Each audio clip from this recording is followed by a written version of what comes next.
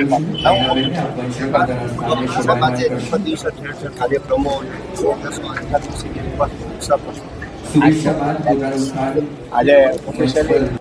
Senior સિટીઝનમાં પ્રવેશ કરું છું. સતત 25 વર્ષ થયા મારા મિત્રો દ્વારા રક્તદાન કેમ્પો થતા.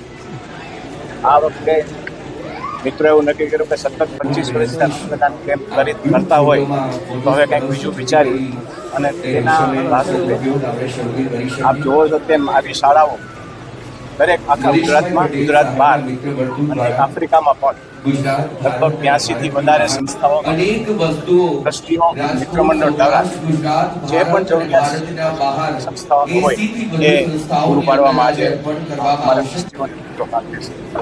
અને ખાસ કરીને આજે મારા જન્મદિવસે આ યુવાનો, મિત્રો, ટ્રસ્ટીશ્રીઓની મને બતાવે છે બદલ એનો રૂમ ક્યારેય ચૂકી નહીં છે.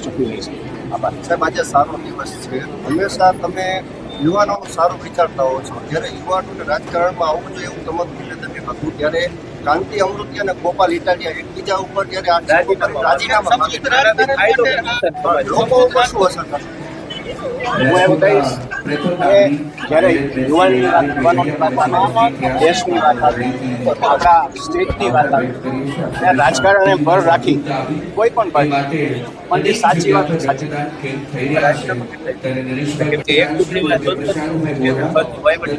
લોકોને પણ સમયની આપની વાત બિલકુલ સાચી છે.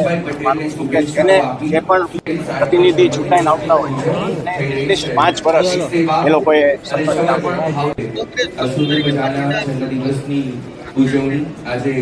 આ તો પાટીદાર ખૂબ મોટો સમુદાય છે ગુજરાત અને દરેક પાર્ટી પાટીદારની સામે અને પાટીદારની તરફેણ કરતી હોય એમાં કોઈ નવી વાત નથી.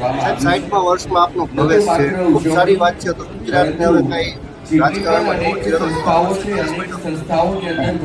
મેં આની પહેલાં 22માં બહુ વેરી ક્લિયર કર્યું છે કે હું રાજકારણમાં સિનિયર સિટીઝન ઓલરેડી થઈ ચૂક્યો છું અને જેટલું સમાજમાં કામ કરી શકાય એ શાંતિથી સમાજમાં કામ કરવા દે તો સમાજ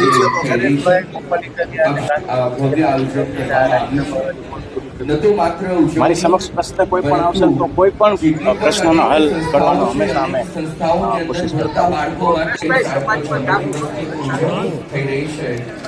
અત્યારનો સોશિયલ મીડિયાનો અને સોશિયલ મીડિયાના યુગ દ્વારા આપ પણ જુઓ છો પાટીદાર સમાજ પણ આખા વિશ્વની લોકો કામ કરતા હોય, લોકો આગળ વધતા હોય એમાં ક્યાંય ને ક્યાંય ઓળખ આપવાનો